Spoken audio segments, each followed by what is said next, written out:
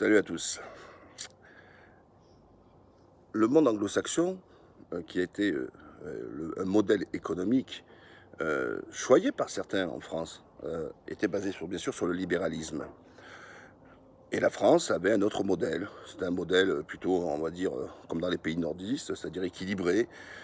Certains, d'aucuns l'appellent pays social. C'est un mot générique qui ne veut rien dire, mais en gros, c'est pas le libéralisme, c'est souvent chacun pour soi et Dieu pour tous. C'est chacun pour soi vis-à-vis de la retraite, c'est-à-dire par des systèmes de capitalisation. Et donc, tu cotises en fonction de tes moyens. Et celui qui n'a pas de moyens, là, dans le baba. Or, notre système, lui, il a choisi un système des retraites par répartition, c'est-à-dire que c'était intergénérationnel. Et puis, toute l'économie était basée là-dessus. Donc, le problème du libéralisme, c'est que ça provoquait, on le voit bien, que ce soit aux États-Unis ou alors en Angleterre, donc Johnson ou Trump, qui sont des conservateurs de droite, mais avec une volonté de protectionnisme. Or, le protectionnisme, c'est l'opposé du libéralisme. Le protectionnisme, c'est quoi? C'est pouvoir essayer de protéger ses entreprises face à une concurrence déloyale. Or, nous, en France, Macron, avec cette Europe, on détruit ça.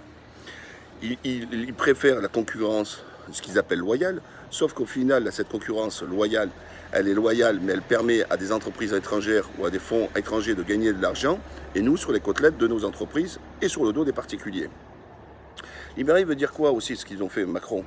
C'est défoncer le code du travail, donc de permettre aux entreprises de pouvoir licencier beaucoup plus facilement, etc. Et qui en subit les conséquences? Le salarié. Déjà, il y a déjà un déséquilibre, il y a un manque d'équité dans cette affaire, puisque le salarié, le fait qu'on ne soit pas en plein emploi, subit aussi par des patrons en disant t'es pas content, ben il y en a 10 qui sont à côté. Et puis eux-mêmes, quand ils sont pas contents, ils peuvent pas bouger parce qu'il n'y a pas de travail. Donc, on est dans une situation de chômage de masse où le pouvoir est au sein de l'employeur. Or, si on détruit les droits des salariés, etc., on crée ce déséquilibre dans une situation conjoncturelle comme celle-ci. Ensuite, on voit la baisse des cotisations pour les entreprises, on voit les crédits d'impôt qui sont attribués à coût de 40 milliards, et après on s'éteint, on dit ben, les caisses sont vides. Donc, à partir du moment où les caisses sont vides, on va gratter sur les allocations les allocations logement, on va gratter sur les retraites, on gratte sur tout. Mais et au bilan, on voit quoi? On voit des entreprises qui dégagent des bénéfices records, des dividendes records. Or, il n'y a pas de partage de cette richesse. Alors, je n'ai pas un discours communiste, je ne suis pas du tout communiste, mais moi, je suis pour une équité. Donc, quand on arrive sur des disproportions, même en termes salariales, quand on est entre 1 et 300, qu'est-ce qui justifie qu'il touche 300 fois plus que le plus petit salaire dans une même entreprise? C'est inadmissible. Mais on continue à amplifier ce schéma-là. Et souvent, ceux qui touchent ces 300 fois plus que de salaire, que le plus petit salarié dans l'entreprise, c'est des gens qui sont là pour nettoyer, ils ne sont pas là pour accroître la croissance de l'entreprise à prendre des parts de marché, mais on est sur des entreprises qui vont presser sur les salaires, diminuer la masse salariale pour dégager un maximum de dividendes. C'est ça qu'on récompense et on trouve que c'est normal. Voilà. Enfin, donc, pour revenir à cette histoire de protectionnisme ne veut pas dire fermeture, essentiellement vu dans une vision aussi par rapport à la souveraineté, parce que le protectionnisme, c'est une défense de la souveraineté, par le prisme que de l'immigration. Certes, ça permet aussi certains leviers, mais c'est surtout pour pouvoir équilibrer. Je donne un exemple. Quand les États-Unis, quand Trump, il arrive et dit, bon, bah, écoutez, moi je veux que nos entreprises restent ici, ben, il fait du protectionnisme pour éviter que ces entreprises aillent au Mexique. Bilan, il n'a plus de chômage, pratiquement pas de chômage du tout, baisse des impôts pour les particuliers, bien sûr aussi pour les entreprises, et tout le monde s'y retrouve. Johnson, en Angleterre, qu'est-ce qu'il fait? Il dit, moi je fais Brexit. Et en même temps qu'il lance le Brexit et que tout le monde a vendu que ça va être la misère, la mort, tout ça en Angleterre, il augmente de plus de 6%, 4 fois plus que l'inflation, le salaire minimum. En France, on fait quoi? On n'augmente pas le salaire minimum, c'est-à-dire qu'on lui donne que la part de l'inflation. Alors on va me dire, ouais, le modèle allemand. Mais le modèle allemand, c'est quoi aujourd'hui? Le modèle allemand, c'est qu'il y a des retraités qui sont obligés de travailler. Alors on ne peut pas me dire que... Alors on te dit, ouais, l'économie est bonne. Mais l'économie, elle est bonne pour qui? Elle est bonne pour l'entreprise, mais pas pour le peuple. La preuve, qu'est-ce qu'il fait? L'extrême droite qui est en train de remonter en Allemagne, parce que, comme dans tous les pays du monde, il y a une souffrance mondiale aujourd'hui des peuples de cette mondialisation. Cette mondialisation aveugle qui met en concurrence toutes les entreprises, mais est-ce que c'est pour le bénéfice des salariés? Non, puisque chacun va vouloir essayer de compresser les salaires et de faire en sorte qu'une précarisation, une paupérisation de leurs salariés afin d'être compétitif sur le plan mondial et dégager un maximum de profit. Est-ce qu'on va accuser une entreprise qui veut faire du profit, il a dénoncé? Ben non, bon, ok, mais à un moment donné, il faut être juste. Vous voyez, il y a toujours un juste équilibre. Donc les entreprises doivent gagner de l'argent, tant mieux, et bien sûr, il faut le favoriser. Mais quand c'est sur le dos des salariés et qu'ils ne s'y retrouvent pas, écoutez, c'est pas équitable. Et d'ailleurs, l'esprit même du général de Gaulle, lorsqu'il crée la participation en entreprise, c'était ça. C'était une volonté de se dire, chacun a participé à la hauteur de ses moyens et de ses compétences, au bénéfice de l'entreprise, et chacun il doit y trouver à juste proportion le fruit de son travail. Or, aujourd'hui, c'est pas le cas. C'est pas le cas. Il y a même des entreprises qui trouvent des astuces en mettant des filiales, vous voyez, pour minimiser et faire en sorte que le salarié ne touche pas la participation dans le groupe. Ouais, il va toucher seulement sur la part de son, pas de la maison mère, mais que de sa petite filiale. Voilà, vous voyez, même ça, ils veulent le gratter. Et toujours, ils vous diront, d'ailleurs, vous avez le MEDEF, il vous dit, ben, le SMIC est trop haut. Or, ça, et c'est très, je vous demande vraiment de le partager, cette vidéo, pour le faire comprendre, l'État participe à ça. Comment? L'État définit le salaire minimum. Jusque-là, tout le monde est d'accord. Or, l'État lui-même reconnaît que celui qui touche le salaire minimum ne lui permet pas de vivre. Or, à la base, le salaire minimum, c'est le minimum pour vivre, puisqu'il lui donne des aides sociales. Si on aide des aides sociales à un SMICAR, c'est que l'État estime que le salaire minimum n'est pas assez suffisant pour pouvoir vivre. Or, il n'en tire pas les conséquences en augmentant les SMIC, il le fait en donnant des aides sociales. Mais sauf que les aides sociales sont payées par vous et moi.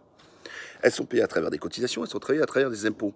Donc on dit que ce que le patron ne donne pas en salaire dans le salaire minimum, c'est la collectivité à travers ses impôts et ses cotisations qui vient combler et aider le SMICAR. Et ça, c'est pas juste.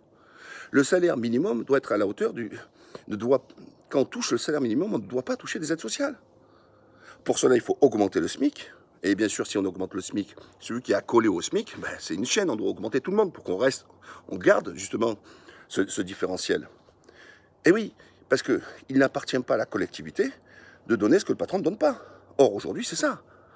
Alors, Macron libéralise Macron, je détruis les droits des salariés, je mets une pression fiscale sur les particuliers, je baisse les impôts et je baisse les cotisations des entreprises. Ensuite, je me retrouve avec un budget déficitaire et je dis au peuple, mais attendez, il faut réduire les déficits. Moi, je n'ai pas été élu pour grossir les déficits. Donc, une taxe sur le soleil, une fleur qui pousse. Tout est bon pour vous taxer. Les routes, les péages, tout ce que vous voulez. Et quand l'État, vous voyez, a de l'argent, c'est-à-dire quelque chose qui marche bien, la Française des Jeux, les aéroports, regardez, on veut les privatiser. L'exemple de Toulouse, quand Macron avait vendu, quand il était ministre de l'économie, en 3-4 ans, les Chinois, ils ont fait plus de 200 millions de bénéfices. 0 € d'investissement, rien du tout. Et on veut continuer comme ça. Et alors que l'État touchait de l'argent en tant qu'actionnaire.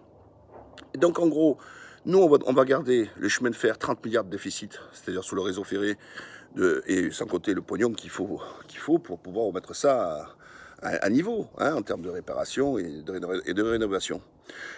Et encore, c'est qui? C'est la puissance publique, c'est-à-dire vous et moi. Nous allons encore casquer tout ça. Et les autres vont arriver avec leur petit train-train, faire la libre concurrence avec la SNCF, sans en payer le coût de ce que nous avons payé concernant les rails. Parfait, nickel, comme d'habitude. Et ça continue. Or, dans le monde entier, ça bouge.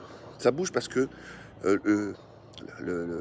le salarié, l'individu ne trouve pas, même le petit entrepreneur, ne trouve pas sa place dans cette mondialisation aveugle. Et je trouve que le Brexit, les Anglais vont réussir. Pourquoi? Parce qu'ils vont pouvoir tirer avec des pays où ils savent qu'il y a un échange équitable, faire une libre concurrence, un échange commercial de libre circulation, donc libre échange. Et puis des pays où il y a un déséquilibre, ben, ils vont pouvoir faire du protectionnisme, monter des taxes, etc., afin qu'ils puissent respecter un peu leur entreprise. C'est pas une fatalité de perdre nos entreprises. C'est pas du tout une fatalité. Or, en France, on nous le prend comme une fatalité. Dans intra-européen, d'ailleurs, dans ceux comme le MEDEF, ils disent que le SMIC est trop élevé. Mais trop élevé par rapport à quoi? Par rapport au SMIC roumain ou Bulgarie. Mais pourtant, c'est vous qui avez voulu les faire entrer dans l'Union européenne. C'est vous qui avez fabriqué, donc avec la Hongrie, la Tchéquie, comme la Pologne, tout ça, faire en sorte qu'à l'intérieur de l'Europe, avec justement l'ADN de l'Europe, c'est la libre concurrence. Mais elle est libre, la concurrence, mais elle est complètement faussée, puisqu'elle est déséquilibrée. On a des gens qui n'ont pas les mêmes coûts en termes de charges, de cotisations, en termes d'impôts, etc. Bah, dans ces cas, c'est normal. Qu'est-ce que tu compares 2000 avec 1100 euros? Bien sûr. Donc, je crois qu'il faut prendre vraiment ce combat à cœur et ne pas lâcher, parce qu'on a tous les pays anglo-saxons qui sont en train de revenir sur notre ancien modèle, c'est-à-dire sur le protectionnisme, une société équitable, redistributrice, tout ça, etc. Et on a la France qui est en train de courir après qui?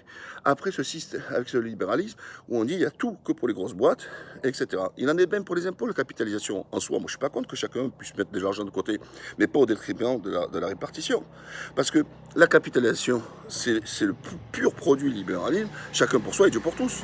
Puisque c'est moi qui cotise. Mais qu'est-ce que vous voulez aujourd'hui, vous, qu'un smicard ou deux fois le SMIC pour revenir puisse cotiser, mettre de l'argent de côté, dans la mesure où il n'arrive même pas à finir la fin du mois? Oui, pousser les gens à faire de l'épargne. Mais moi, je suis d'accord, mais encore faut-il qu'il leur reste de l'argent pour faire de l'épargne, alors qu'ils n'arrivent même pas à remplir le frigo et manger les 5 fruits et légumes qu'on leur suggère. Voilà. Je vous invite encore à partager. Essayez justement de faire éclairer. Je répète encore, le salaire minimum ne doit pas toucher des aides sociales, parce qu'il doit être le salaire minimum à la hauteur du besoin de chaque famille et pas faire compléter par des aides sociales qui sont payées par nos impôts. À bientôt, salut à tous.